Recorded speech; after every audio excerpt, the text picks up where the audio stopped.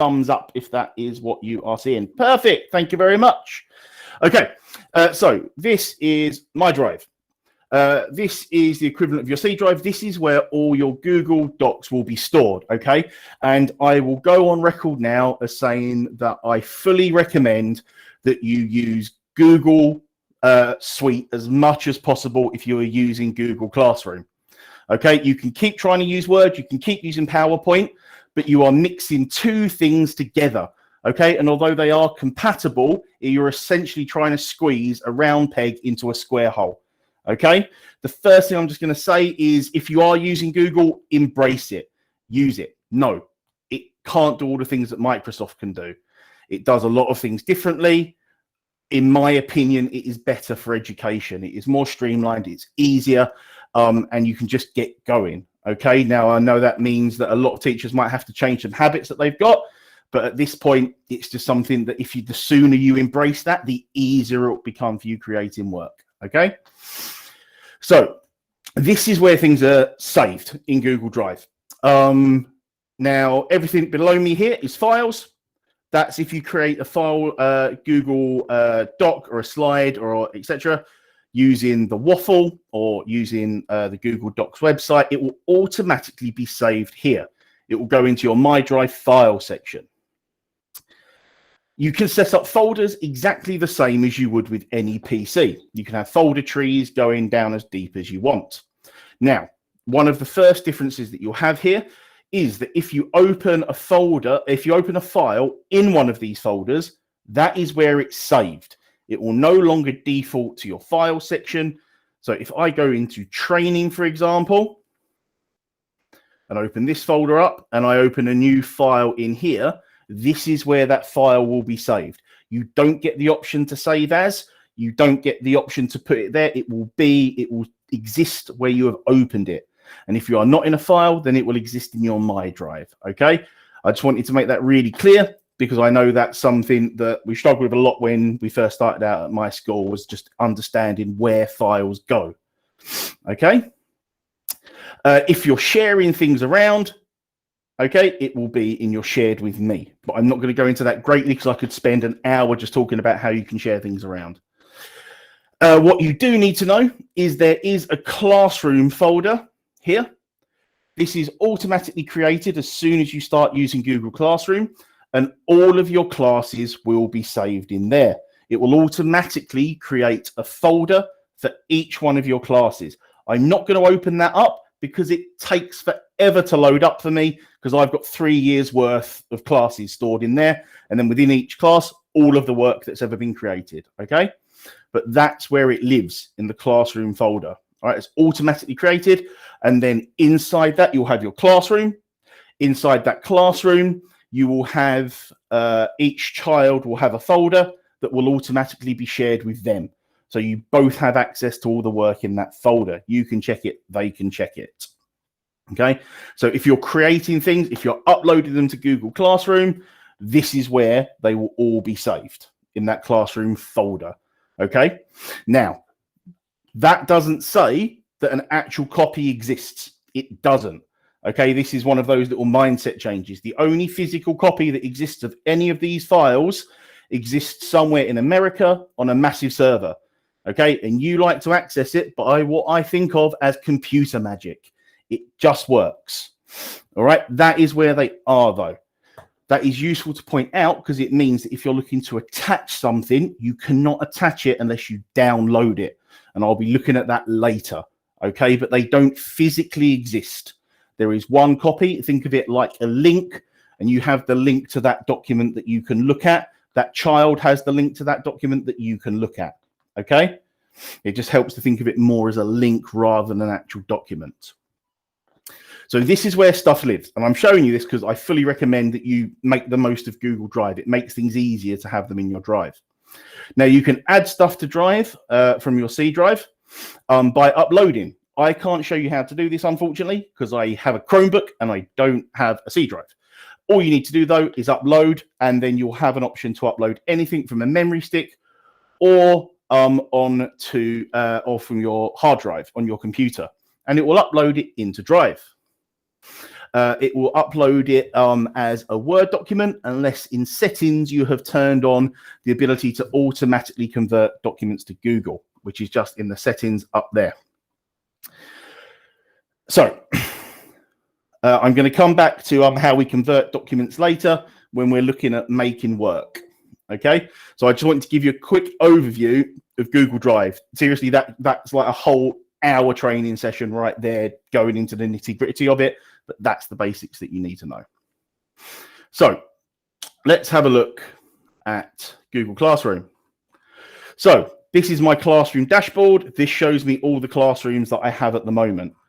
Okay, lots of people talk about ordering their classroom out. We found very early on the easiest way to order your classroom is to have separate classrooms for maths, English, and topic, or whatever you want to call it. We actually go further because we have lots of subject teachers. Okay, but if you're looking to really organize that file, it will be much easier to have separate classrooms for everything. Okay, that might sound more confusing than it's worth, but it isn't. Okay, it just means that kids know that if they're doing English, they need to go into their English classroom. If they're doing maths, they go to their maths folder. If they're doing any topic work, they go to their topic classroom. Some of our teachers have also, during the lockdown, set up form classrooms to keep all of the pastoral form time stuff separate. Okay, that is the easiest way to manage your classrooms, because then all your English is in one place, your maths is in one place, your topic is in one place. Okay, keeps it nice and segmented. All the child will see is 4 different classrooms, so it's really simple for them. So I'm first of all going to show you through what the child sees, because that can be really helpful in explaining how this works and knowing what's actually going on when you're pressing the buttons your end. So this is my student training class. Mr. Chung was my TA last year, and he's moved on to being a teacher this year. So here is Google Classroom. This is known as the stream. Okay, this is where all of your announcements, your assignments pop up. Okay, this is what the child will see. In this little box here, at the moment, there is no upcoming work, so it tells me with great joy that nothing is due soon. I'm going to talk about setting hand-in dates. I fully recommend you set hand-in dates because they will show here, and it will make it easier to understand for parents, especially what work is due in. Now, we have trained our kids to look for the date that it was set. So this date here that are on these are the date it was set. Our kids know to look for today's date. That is the easiest way when they know the work is up and running for them, because it's the work that was set with today's date on. So there are 2 types of thing that we use. We only upload assignments and announcements. So announcements look like this. You can toggle these on or off for students, and I'll show you how to do that in a little bit. So Mr. Chung has said here, training message. I can reply to this. This will show me, so this will be public to everyone in the class. This one here. We use these for things like if we're announcing a quick link, or if we're saying we're ill today, or if we are trying to just get one really broad message across. We tend to not upload any work in these because you don't get the options that you would with an assignment. Here we have assignments. So I'm going to take you into an assignment. So here I can see it's out of 100 points. Please complete the task above. Its due date was the 13th of January, because this was from an older training that I did. Here I get the option to add a class message. So this message will be public to everyone that's part of that class. Anyone will see that because I'm sending it as a student. You might have kids saying this is hard, or just a general chat. Again, you can turn this on and off, and I'll show you how to do that later. You also have private comments. So these private comments are sent, only the teacher will be able to see these. Okay. Here we have the work that's set. Now you might get a lot of your lovely darlings accidentally deleting their work. Okay. This doesn't matter. they can make a copy of anything that exists. So all they need to do is make a copy. That option won't go away even if they exit out of it and go back. Okay, what that will do is it will make a copy of the original assignment that was set for them. So they will lose anything that they've done if they delete it. So here is an assignment that was set by Mr. Chung. And this just might take a second to load because it has got loads of images in it. So this is an example of a piece of maths work that we set. There are a number of ways that you can do this, and I'm going to look at this a little more in depth later about how we can set work. Here he's used Google Slides because we're just doing a really basic input. He could have used forms, he could have used quizzes. He just prefers to use slides in this way. So question and an answer box. Really simple. Once everything's been put in and that's done, all we need to do is exit out and it will save any changes that have been made. You don't have to click save or save as, they just happen, they update. And I'm going to show you how you can look back at documents history later. Now, a lot of people want to know how they can upload anything, so pictures of work, or if they've done work in another format. It's really simple. It's just this button here, add or create. So this is why I'd say always set things as an assignment, because when they add something from this option here, it will automatically be uploaded to Google Classroom and it will be saved into that file that already exists in your MyDrive. From here, if you have a PC, you will have another option here, which will be from your C drive. Again, you can upload a file and it will say there, my computer. I can't show you that because I don't have a C drive, but it really is just a simple click and finding the file that you want. You can also add something from your MyDrive if you wanted to. So here, I'm just going to add a picture of a little 3D printed token that one of the kids did. And press insert. And that will bring it into your assignment. So when you look at that, if you're going to mark it, you will get the chance to see that in the assignment view. And I'll show you the assignment view from your end in a little bit. When they're finished, all they need to do is click hand in. The reason that sometimes you might not get a hand in button within the document is if you've got multiple documents within one assignment, it won't let you hand in just one for the assignment. It will make you come back to the classroom and click hand in there. If you've only got one doc in, then it'll allow you to submit it from the document. So I've seen that question a few times.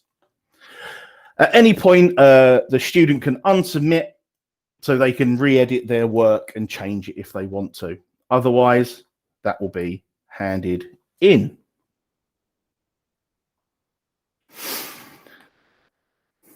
So that is the child's view, the student view of Google Classroom.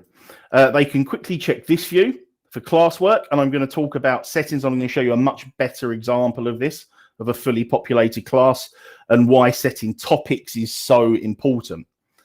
And they can see the people that are due. So I could send Mr. Chung an email directly from here, and that will open up in Gmail. So that is very much the student view of Gmail. So now let's move over to the teacher view. So this is my training lockdown example. This was my real English class in the second lockdown, so the one before Christmas. So this was my live classroom that I used for English, and then I transferred it over to teaching remotely. So again, we can see down here, lots of assignments. Generally, I rarely don't do anything assignment. Here we've got, I will be running late online. I'll be running an online session. So just an announcement of something I'm doing, just to give you an idea. We found if you just use assignments, it works out easier. The kids are only getting used to one thing. Again, I've got the option to view any upcoming work here. I don't have any because this is a retired class. So now if I want to set some work, I'm going to go into classwork. So this is what I mean by a fully populated class. So on here, every time I change to a new topic, I make sure that I add on the topic title. So here I've got my topic on the Three Musketeers. Down here, classic tales. Down here, recounts, writing, poetry, reading, speaking and listening, Oliver Twist. And then I've got some untitled stuff that I've put on as just little extensions and little bits and pieces up there. Okay, this is why I suggest that you use separate classes for maths, English, and topic, because it makes it much easier to track your topics within those subjects. So here I can link directly to this classes folder that exists in my Drive. So that will open this up and I can see all the work that's been set in that view. Again, I'm not going to do that. It just takes forever to load up. So setting work, you've got a few options. You can set an assignment, which is the thing you will most commonly set. You can set a quiz and that will open up a fresh Google form. Okay, however, it's not the easiest thing to do directly from here. I'd always suggest editing those in advance somewhere else. You can add a question to the stream. It's useful if you're just doing a little starter.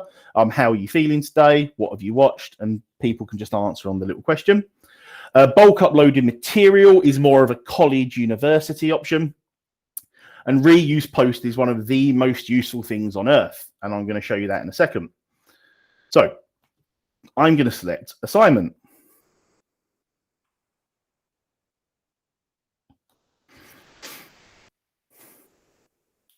Okay, so the only things that you need are a title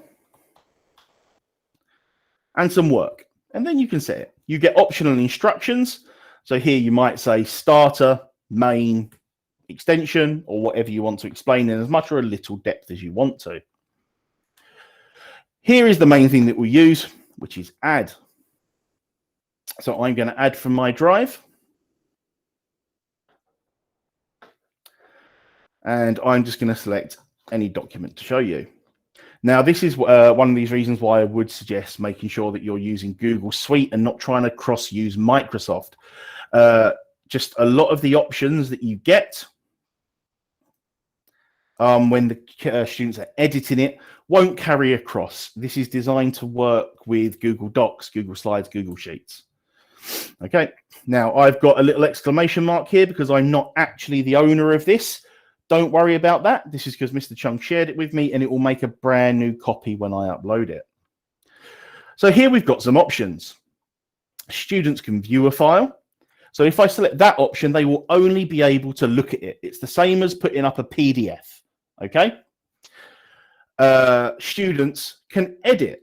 So if I select this version, this will put one version of this Google Doc up that every child in my class can edit. So it's really good for group work, really good for collaborative work. It will be a nightmare to start with, but after you've told them for the 5th time that you can see clearly who is writing bum on everyone's work, they will stop. Okay, it's really clear who's doing it. It comes up with their icon and everyone has a separate color. Okay, I found that I work in an SEN school, in case I didn't mention it. It only took me 2 lessons to train my kids how to use collaborative documents properly. The last one and the most commonly used one you'll find is make a copy for each student. So this will create a brand new version of this doc for each student in my class. It will automatically share it with myself and that child and populate the folder that I showed you earlier.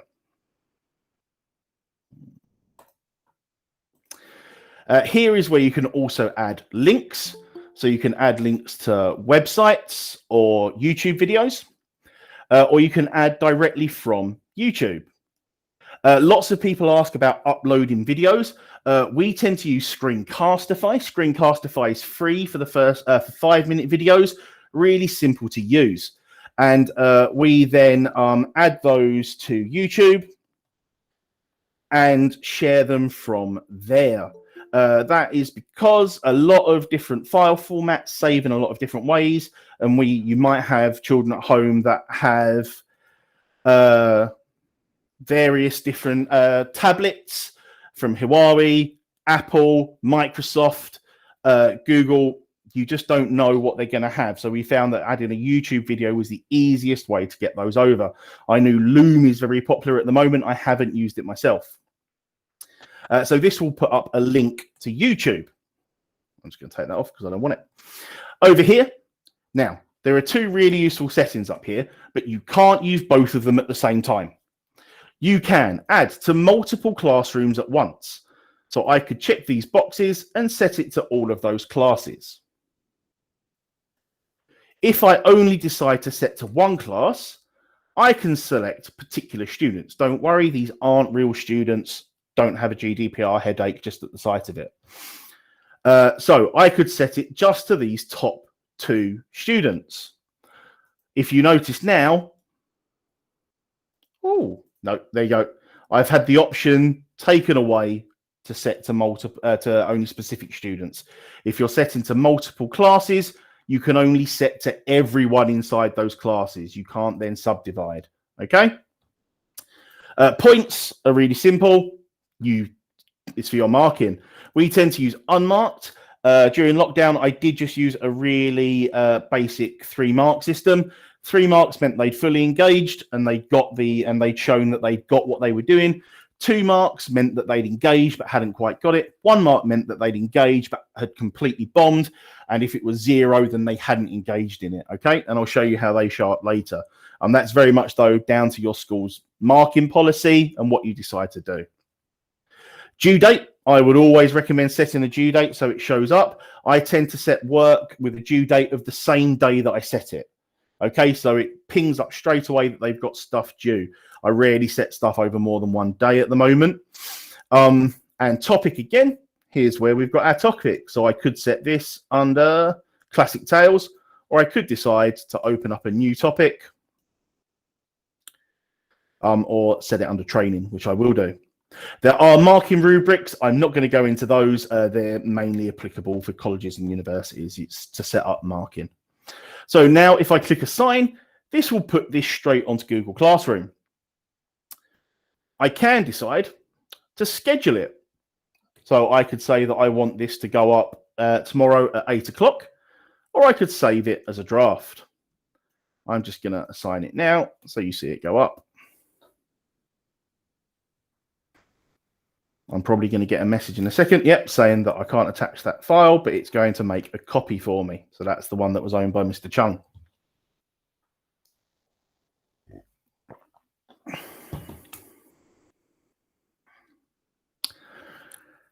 So that's going to assign, and then that will be live. Now everyone will have the various copies of it. And if I go down to training, there we go, due tomorrow.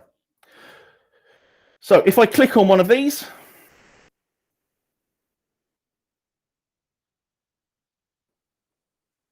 I can see here that it's assigned to 8 people. So I can choose to view the assignment. Here is where you're going to see the work. So here's their names. Here is my marking options box, but I've chosen to have this as unmarked. And if I click on here, this will open up the work. Now, this is opened up in real time, so you can see exactly what they're doing at the moment they're doing it, okay? I tend to, as I said, worked in special needs, so my classes are quite small. I tend to have all of my work open during a lesson so I can live mark. A suggestion that I probably make, it's not possible to do that with 30 kids, just impossible. Do little targeted groups if you wanted to do something like that and live mark a different group every day. But you can see your version or the student's version. Okay. So I'm just going to go down to the main bit here. So as I said, I can check the classwork by topic, or I can look at people. So people shows me who's in the group. So this is my imaginary list of students that will come up here, and the teachers. You can add teachers by inviting them by email, or you can invite students by inviting them there. You might not have the options for those if you are centrally controlled by some sort of system within the school. So marks. So this is my mark book or my grade book. Okay, so this is why I did suggest sometimes, especially during lockdown, you might want to have a really simple grading system. This is just going to take a second to load, but here I can see all the people that are doing the work and the grades they've been given. Now, most of these are going to come up as missing because they're imaginary students. But here you can see the marks that they've been given. So this is how you can get a brief overview. I'm sure you can imagine if you've given 3, 3, 3, 3, 1, 1, 1, you get a nice clear overview of who's engaged with what within your class. And again, this is another reason I'd say have separate English, maths and topic groups, because it makes looking at this sort of thing much easier. So that's how you can set work. Now let's have a quick look at the people option. Now I know that I'm running through everything at a really fast pace here. I'm just trying to get you as much information as possible. As I said, this is probably 4 training sessions that are an hour long each, condensed into one to try and get you as much as possible. So here we've got the option. So you can see that there's a little speaker with a red line through it. That is because I have muted everyone. So if I click on the imaginary students, I have actions. I can email, I can remove, or I can unmute. So if I mute someone, it means that they will be able to sit work, they can reply to classmates' work, and they can comment on posts. If I decide to remute that person,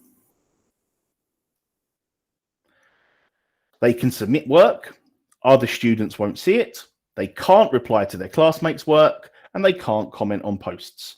So this means they can't have that interaction, okay? And that's purely down to you. Just to show you a couple of quick settings options. So here we've got manage invitation codes turned on, class code, and it's displayed as a class code. This is for joining. So in the stream, I currently got it set to students can post and comment. I can change it to students can only comment, so they can't create their own new posts. Or I can make it so that only teachers can create posts and comment on them. Here, only teachers can currently view deleted items. I can turn that off, so everyone can see. So everyone can see deleted items. I'm not going to do that. And Guardian summaries are if you add a parent's email address to the student, they get the option to see what work is currently due in. Okay, we currently don't use that, but it is a really, really useful feature. But we have quite open communication with the parents, so we don't tend to need it. Here is where you can turn your Google Meet code on, and you can either make it invisible or visible to students. Now, I would say that this is the safest way to invite students to a Google Meet. There is a setting in the admin console that means that you can turn it on and students can only join this meet set up in this way if a teacher is already in it. So that's anyone in the people section that you've added as a teacher. So that, and once everyone leaves, as long as you're the last person out, they can't reopen that link. Okay. So again, that needs to be, make sure that your admin has turned that option on. And this is by far the safest way to do this. And then this is about marks, and that is about the little mark calculator that I saw you earlier that I'm not going to go into. So let me exit out of that. And just to show you what I mean here, if I go into my stream, here is the Meet link there. I can see that it's currently not viewable by the students, but they can click on that. And if they try and share that externally with everyone else, you will get the option to deny anyone access to your Meet. So it is the safest way to set up a Google Meet and have students in it without you having to worry about it. We learned this early on because we had the same problem that a lot of people had when we set up a Meet in Calendar, that people could then take that link, share it around, add to it, and they could join it whenever. Okay. So that is very much the setting of work into Google. What I'm going to quickly do here is have a look at this test post. I think it's the one that I want.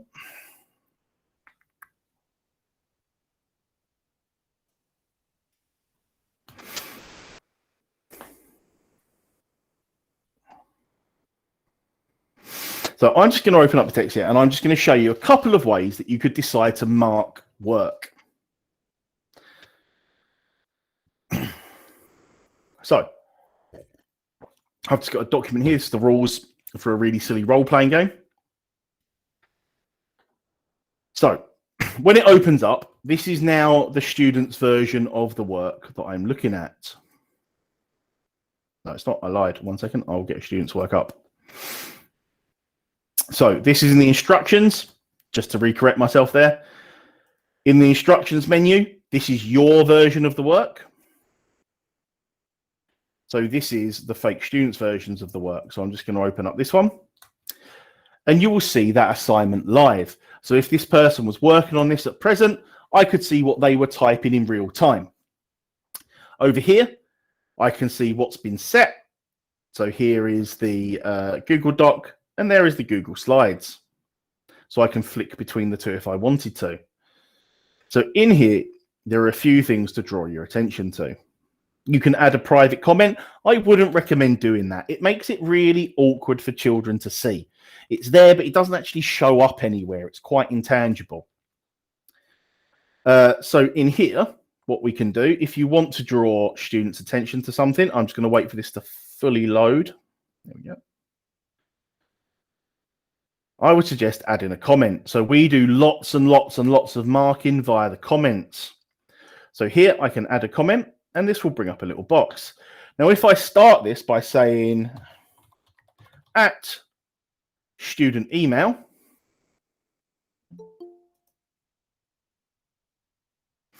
so whichever your student's email is, then it will automatically send them an email saying you have this.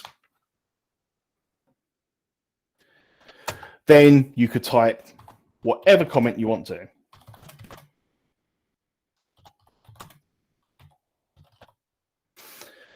You could assign it to them as a task that you want them to do and click comment. So then they will get the option to do this. And as you can see here, there's been a little to and fro. I have done indeed. They can then choose to select this. Now, the reason I like comments is that they're never deleted. The comments live in the comment section of this doc, and you can go back over it. Another way that you can mark work is up here. Now, you have different ways of moving this. If I select editing, then I will edit this document and I will change anything in it. I'm currently suggesting. So this is really useful. This is equivalent of doing your red, purple, orange, maroon, whatever color pen you mark in, and making some suggestions. So if you didn't want them to use the word swimming, you could delete that out and say, replace it with swam. There we go. Oh, I deleted that by accident. Sorry, that's my fault. Let me show you again. I'm going to say that I don't want you to use climbing, and I want you to use the word climb. Now, they will get the chance to reply to this to show that they understand.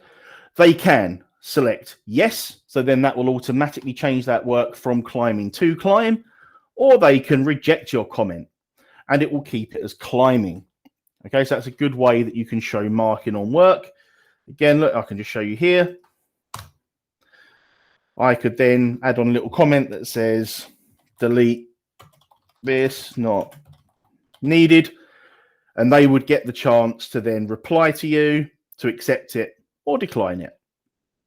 So that's a really useful way of marking. And that's how we do most things, is via suggesting and commenting. I'm just going to click that one off. So that briefly covers the marking of work and the setting of work. Again, there's a whole training session just on this little bit alone, but I've got another 20 minutes and I want to quickly show you how to create some work. So what we're going to do now is have a look at creating some things. So here, I've got a couple of files. I have this as a PDF. Okay, so Google Docs, you can open any file that you have, be it a Word, a PDF, or anything at all, and you can open that as a Google Doc by really simply right-clicking, open with Google Docs.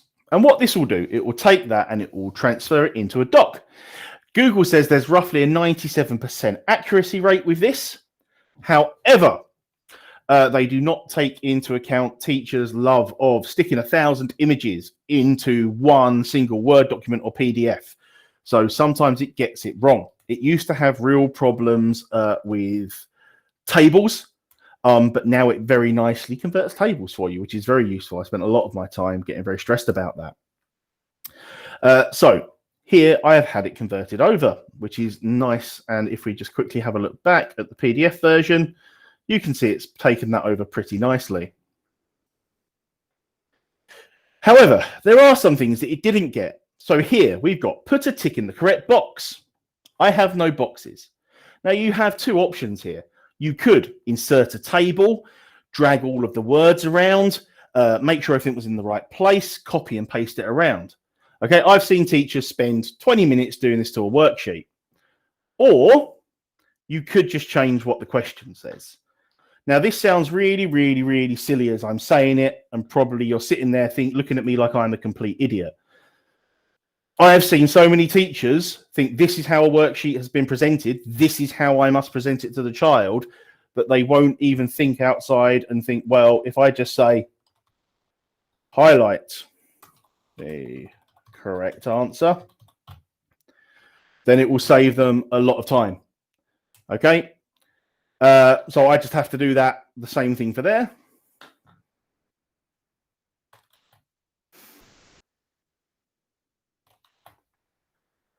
And then it makes it much more doable.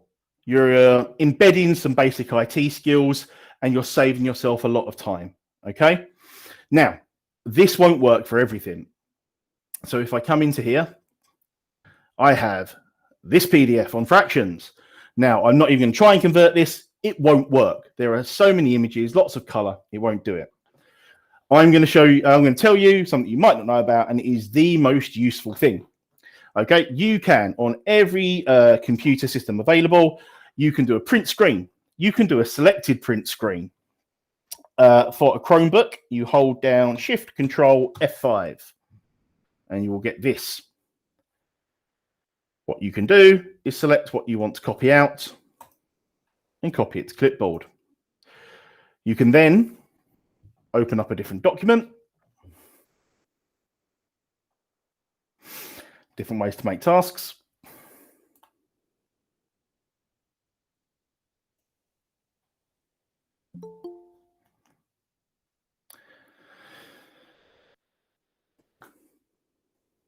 There we go.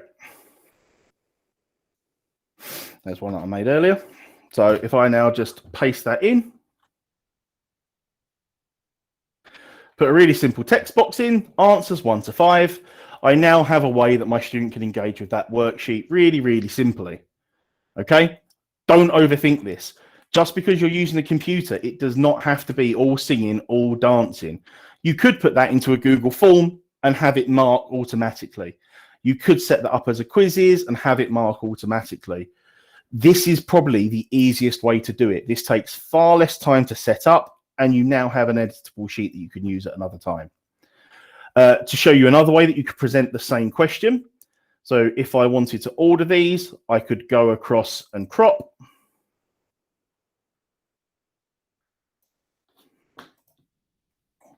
I'm just going to copy that image and go back. I can now drop this in here. All I've done is put a text box in with lowest to highest, and I've got a sorting activity where I can just flick these around wherever I want to order my fractions largest to highest. You can do the same sort of thing with number lines. So I've just cropped out a number line from a website and then just inserted a little text box with an arrow on the bottom to drag around and put into my answer. Okay, really simple, really effective. If you think of it in real terms, by the time you've making a whole worksheet like this, think about how long it would take you to walk down the corridor, realize the printer's out of paper, add some more paper into the photocopier, print off 30 versions of it, go back to your class and sit down. You can do it in the same time. Okay, the difference is you now have this as a completely editable worksheet. So then if you wanted to mix these up for your next class and make them slightly harder questions, you can do. Okay, this is why I prefer using the Google products rather than something else, is because they are fully editable. You can now take these away. You can differentiate for your lower, middle, and higher groups. You can have this for next year. You can share this with the teacher that's doing a similar topic, but one step on or one step down, and it's editable. It will save you time in the long run. To put that in perspective, at the beginning of a normal half term, it would take me roughly 40 minutes to set all of my homework for the entire term because I have this bank of resources. I know lots of people know how you put sound into a presentation. So while I've got this up, let me show you. Yep, it should work exactly the same with an iPad or a tablet. Sorry, I'm going to go to the questions in a second. I just want to try and fit this last bit in.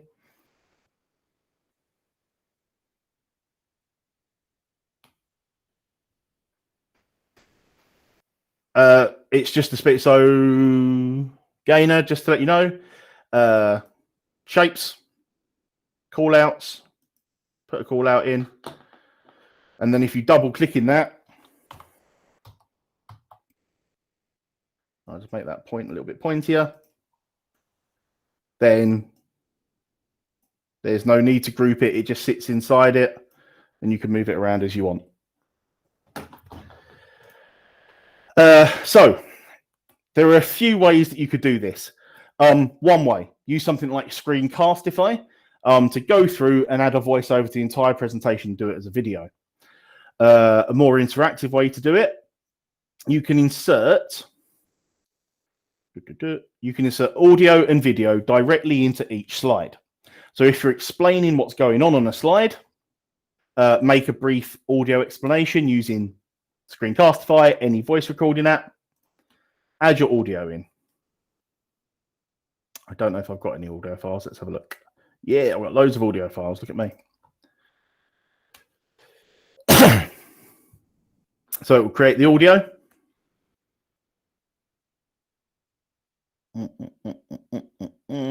Don't share. So here's my audio clip. On here, you've got some options: start playing on click or start playing automatically when it goes onto the slide. Volume when presenting, you can make it loop. You can stop on the slide change, loads of different options. Then you've got things like size and position, but they're more imagey stuff. So that's how you could add an audio clip in and just make a separate audio clip for each slide really quick. If you wanted to, you could add a video in. I know that we had a few teachers that made really detailed videos on what's going on the slides. Again, you can either add them from your drive, if you've got one there, or you can add a video directly from YouTube. There's a little training video that I did on Jamboard. Don't share.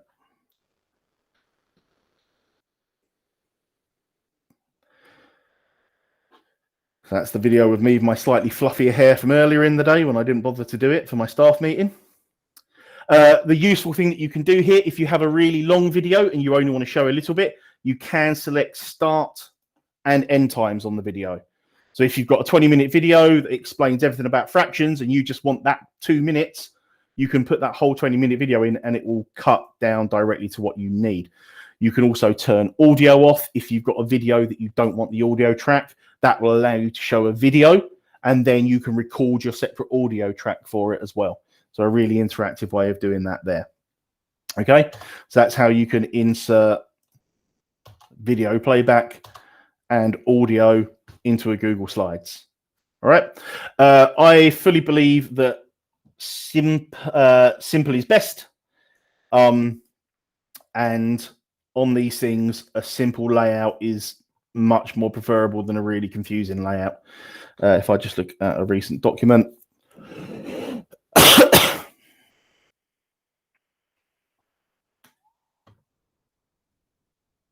There we go.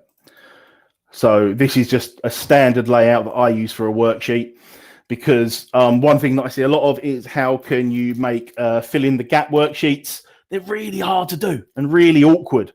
Don't bother. Have something where they can write. So this is just a really, really simple set out for a Google Doc. Question, answer, question, answer, question, answer. Okay. You can, I've started to use this, an old one, I have started to use tables with a question and then a separate row for putting in any answers that the kids are going to write. And again, you can use the same marking facilities. You can use the comments and you can use the suggestions to mark these, and it makes it really, really useful. We only switched over to live teaching this lockdown, and that's generally how I tend to do things. Right, I'm just going to have a quick look back through some of the questions. That is the vast majority of stuff that I have to deliver.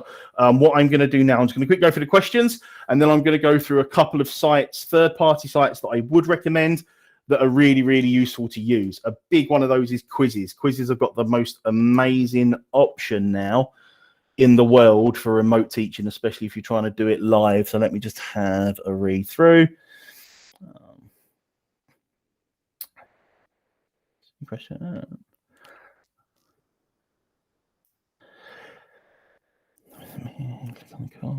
Thank you. Thank you for everyone that's answering some questions for me. It makes it much easier because I'm a one-man band at this point. Yep, I will go back to show you reusing. I just remembered I forgot to show you that. If you select multiple classes, you can't schedule. That is true. If you select multiple classes, you can't schedule, but that's where you'd use the reuse button. How do you get Gmail notifications on Google Classroom? Gmail notifications on Google Classroom, I believe, have to be turned on and off by your admin, but I might be wrong on that. It's been so long since I've looked at it.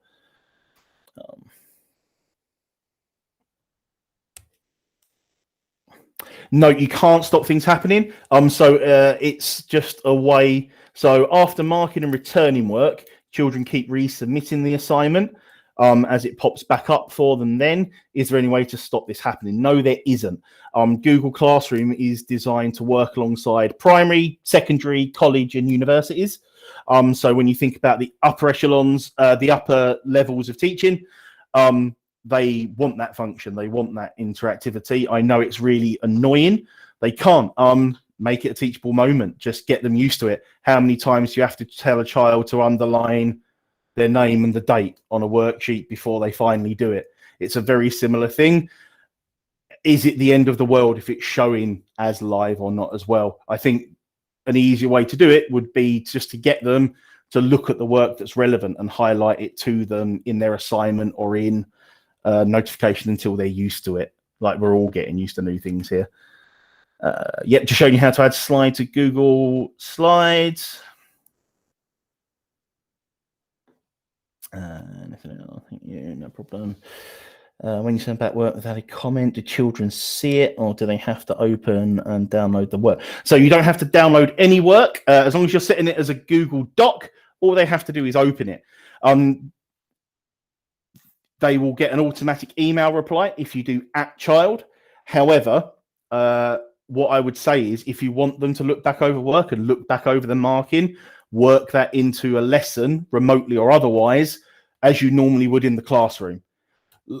I think this is a feature that people think it should happen, but having taught with it for 3 years, I don't see there being a need for it if you work that in. So say, even if you're teaching a remote lesson, the first 10 minutes of your lesson is looking over what you did last time. That's their chance to go back into that work, look at the comments, make any changes to it, and then move on to new work.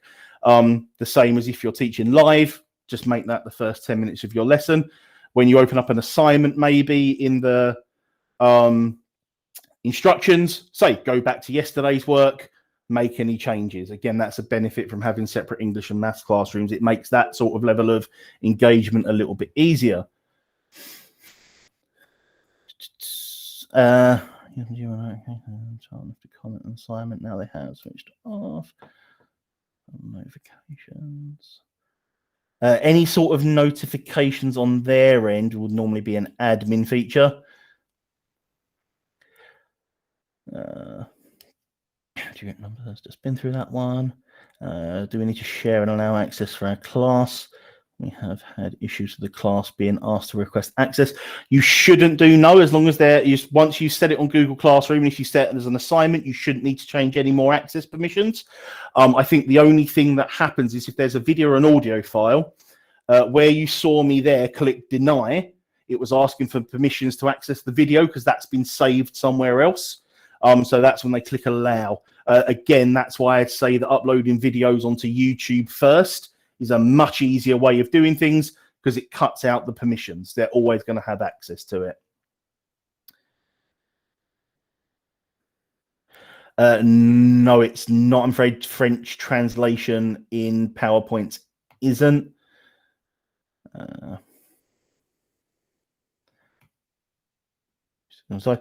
Slides. So a difference between a slides, a docs, a forms. A Google Doc is equivalent to a Word document. A Google Slide is equivalent to a PowerPoint document. A Google Sheets is equivalent to an Excel document. And a Google Form is a completely separate thing. Okay.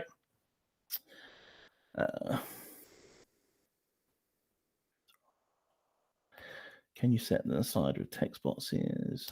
Right, I'll come back to that one. How can I see students when I'm presenting? Really simple. How do you see students when you're presenting in Google Meet? Number one, the thing that I would fully recommend, have 2 monitors. On one side, have what you're presenting. On the other side, have the students. It's what I'm currently looking at now. If that isn't an option for you, open 2 windows and put them next to each other. Okay? So really simple. I can't show you because I'm only sharing the window and it will take it all out of this view. But just drag one window to the left, one window to the right, and have them next to each other. There are extensions that will automatically do that for you, but all the extensions do is just do that. They put 2 windows next to each other. Okay, but the easiest way to do it would be to have a separate monitor if you can get hold of one. What is the biggest size? I don't know what the biggest size video you can upload is without using YouTube. Probably pretty big, but you'd have other problems with it. Try and use YouTube. I want to join the you had to wait to be accepted because in the security functions, there's a little security badge on Google Meet. Automatically, your students from your class will be allowed in. There's a button that says quick access. If you turn that off, everyone has to ask for permission.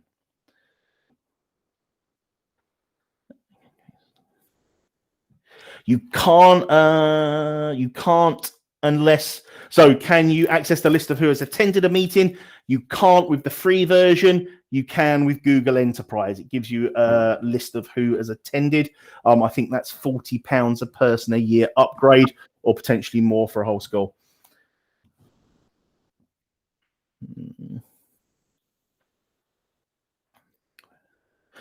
Right, I think I've covered most of the questions now. I'm just going to come back to them. What I'm going to quickly show you is reusing work.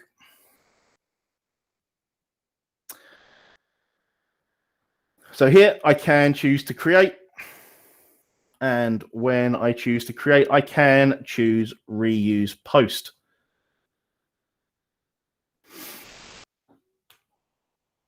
If I do that, I get access to all the work that I've set before from any classroom that I can reset into this class. There we go.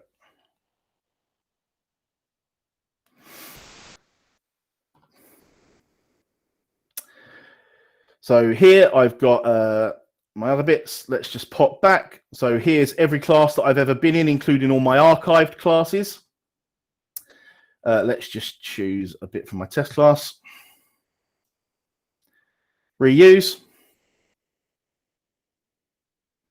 And what this will do, it will take everything that was involved in that original assignment and then reuse it.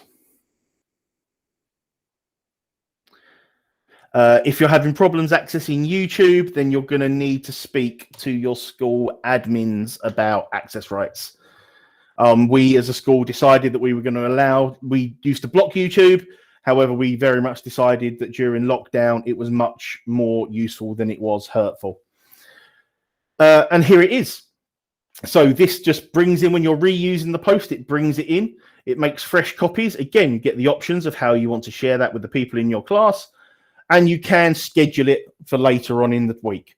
So if you wanted to set work and schedule it for multiple classes, set it for one class and schedule it, then go in your next class, reuse post and schedule it from there.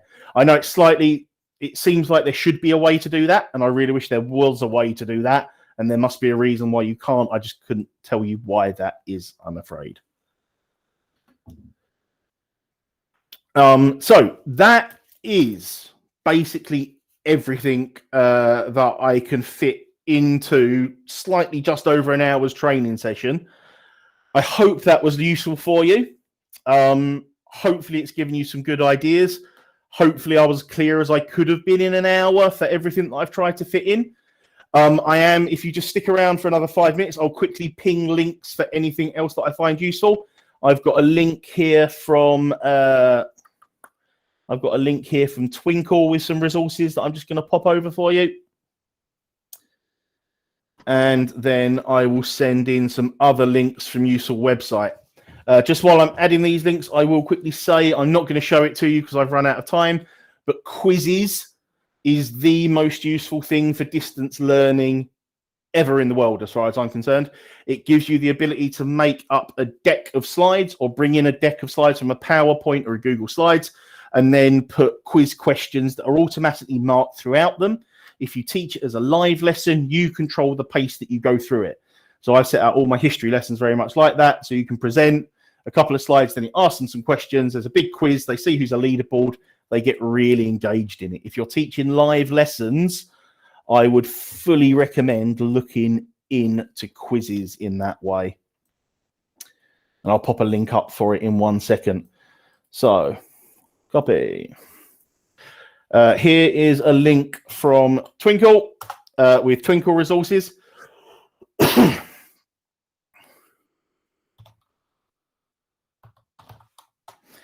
Here is a link to Quizizz. Quizizz is completely free. The only thing that you have to upgrade on for that is if you want to add audio or video into any of the slides. But because if you're teaching live, you'll be speaking over them, you don't really need to. That's only if you're going to teach asynchronous, if you can do asynchronous teaching, that you need to upgrade. But it can be quite useful. If you are looking for something to support SEN students, especially those with dyslexia, then look into the Read Write app. Read Write some text help. Teachers get a free subscription for it. So any teacher can get a free subscription for this. It also allows you to add in, just if everyone could keep themselves on mute just for 1 second while I'm posting these up.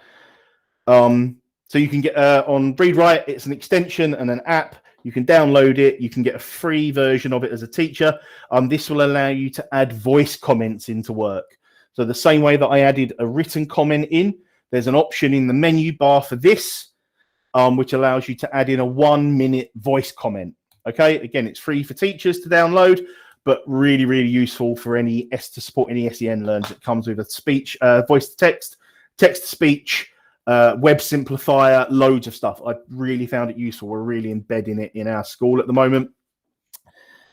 Kahoot is another, I'm sure lots of you have heard of Kahoot. Kahoot is another good quizzing site. Kids seem to love it, but I really think that Quizizz offers more with their most recent update. And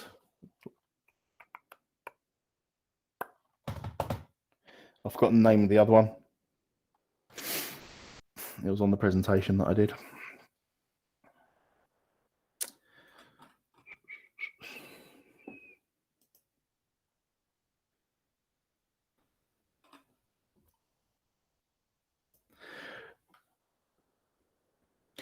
Get Epic. Get Epic is a free library.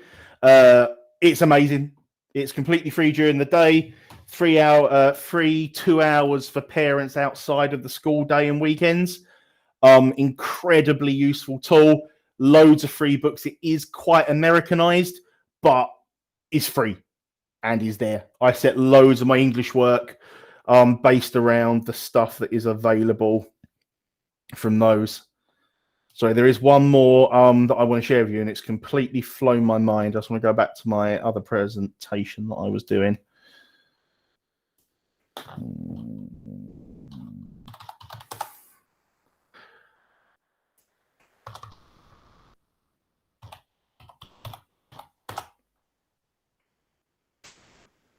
There we go. This is the link for Epic Library coming in.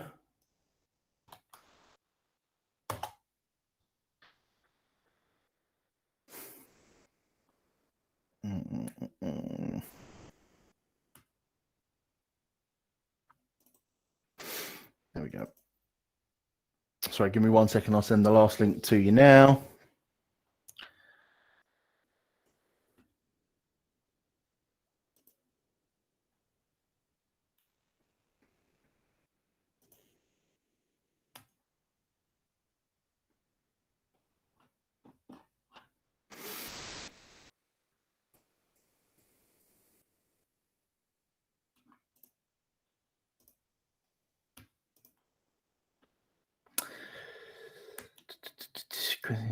Edpuzzle, that's the other one.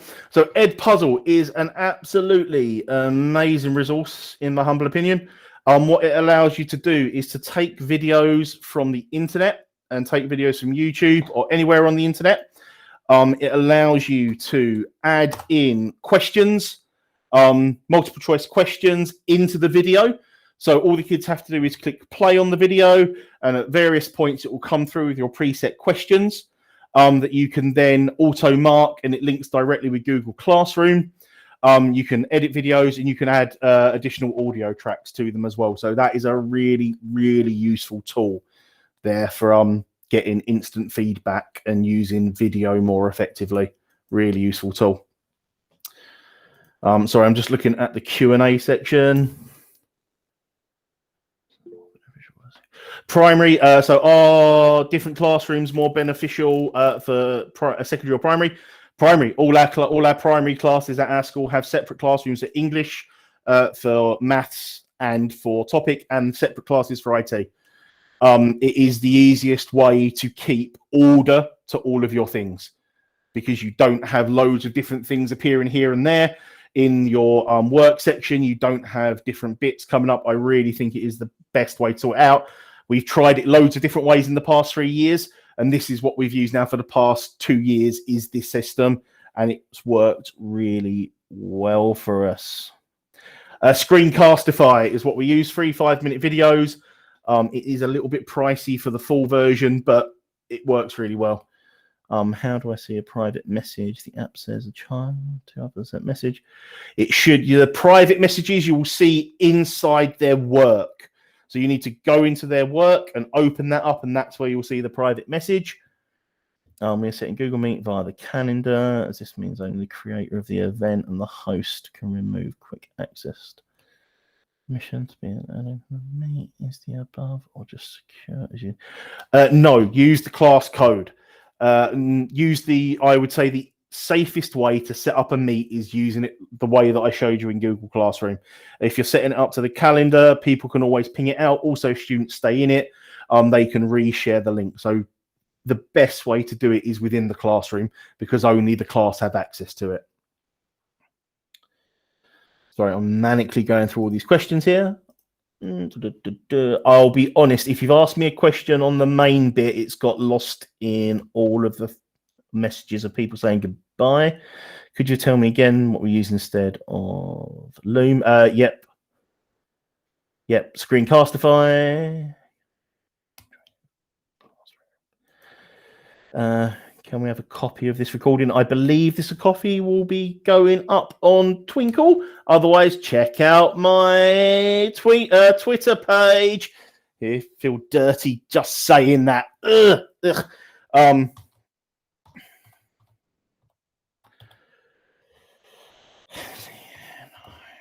People keep telling me that I should make a virtual presence. So you can follow me on Twitter, and I'm going to try and get better at Twitter. I can't guarantee that I will get better on Twitter. Right, I'm just going to stop the recording now. I'm free to stick around